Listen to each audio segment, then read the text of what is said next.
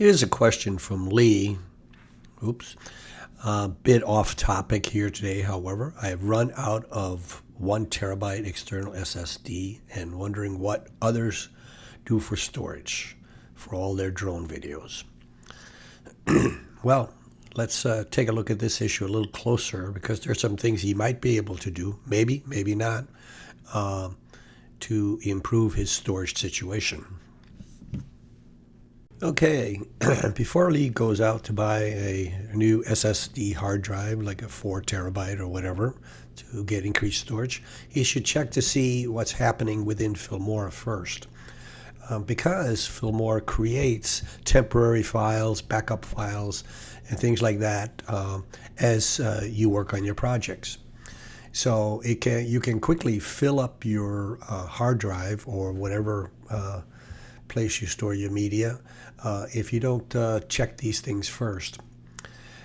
And the first thing I would go into is preferences, and then I would go over to media cache, and then I would clear all of these out. And if you go back to the folders page, if you click on the folders tab and you go down to the back here, bottom here, you see backup settings. The default is to make a backup of your project every 5 minutes, whether you're asking for it or not. This is the default setup. So if you're working on a large project, and especially like Lee does with his drone videos, which are high density, 4K, maybe higher, so they take up a lot of space on your hard drive.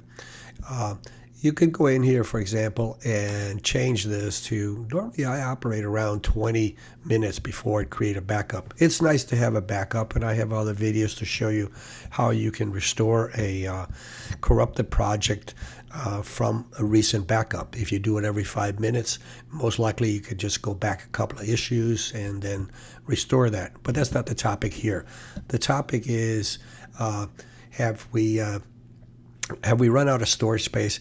Not because our projects are taking up everything in there, but all of these temporary files. So the media cache is sort of the low-hanging fruit, the easy way to get rid of a majority of what you have. And just real briefly, like the proxy files is something that someone like Lee should be using, because unless he has a very, very powerful computer, because proxy files are low-resolution files that are created when you are editing, so that you can have a smoother editing experience. And you can set them to automatically delete every time you close the project. But if you're like me and you open the project many times during the editing process before you finally are done with it, then this is not a good option, because that would mean that your proxy files would have to be recreated every time you open up the project, which could be a real hassle, take a lot longer. So it's on a situation like that, it's probably better just to not delete them automatically, but then when you finish your project, go ahead and hit the clear button here and get rid of your proxy files then. So then you get the best of both worlds. Some of these other ones are preview renders and stuff like that. There are specific folders to go look for those, but this is the easy way to clear out of them. The temporary files is a combination of different files, but it doesn't necessarily include all of them. So let's just see where other places that they can hide stuff. But anyway, this is first place you should check, and you can probably gain back a lot of storage space if you have never played with this before. I should maybe mention this other thing first, and then that was back in preferences as well. If you are like me and you want to have your own specific space for storing your files so that you're not hunting all over your computer, then a thing to do is to change this folder. And what it does is it takes the basic location where Blender is installed, and then moves it to a space that you designate as your own personal little workspace. And when it does that, it actually copies all of the subfolders that are associated with Filmora under that. So I'm mentioning this because it may mean that you have to look in two different places to find hidden stuff that Filmora, as of yet, have not included in their cache media to clear up. And so I'm going to pause here again and bring up the File Explorer. Now, as I started to say, I, for example, created my own little storage section. I have a place called Video where I do all of my work. And in there, when I changed the basic storage location for Wondershare Filmora, it copied its storage locations and all of the various subdirectories. Now, this is where technically all of your media should be stored, but Filmora hasn't quite caught up as of version 14.10 or whatever I'm running these days. So there are things that get stored and then are not erased as part of the temporary. Let's just quickly explore some of these. Here's a AI erasing. I did one playing around with AI erasing where I erased something from a video just to see how it worked. And when I cleared out the backup, then this didn't get deleted. I no longer need this. I can get rid of this. Okay, so that's a little thing. AI GC media, whatever that is. Well, I put a README text in there because I was going to do a thing on cleaning out backups, and this doesn't even belong in there. So, but that could be an area that doesn't get erased by the removing temporary files. And then AI Ultra HD.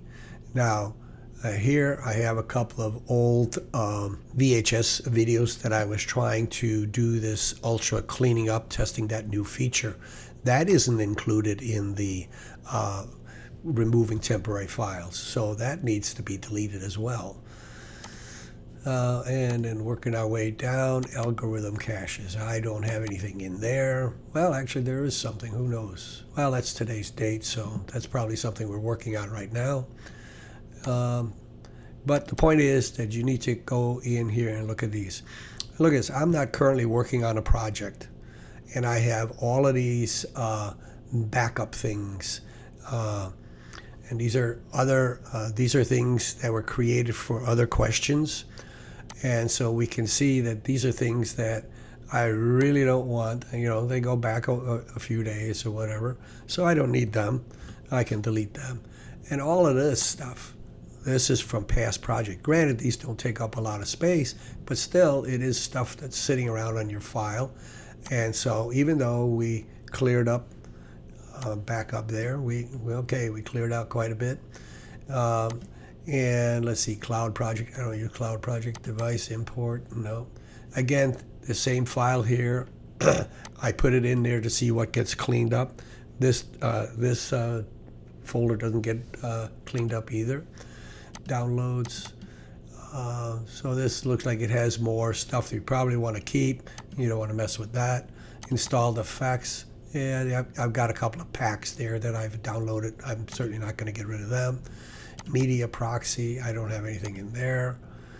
Other apps. Again, I put this in here, this same file, just to see what temporary would delete. And this doesn't belong in here. So that's another place that doesn't get cleaned out. Output. I don't use this output, but maybe you do. So then you can see if you got stuff hanging around there. Projects, that would be any projects you're working on. Maybe there's a bunch of old projects that you no longer need to have. I would recommend using the archive if you think you're ever going to come back to it again. Save project, archive project. Use that feature. That's your best feature.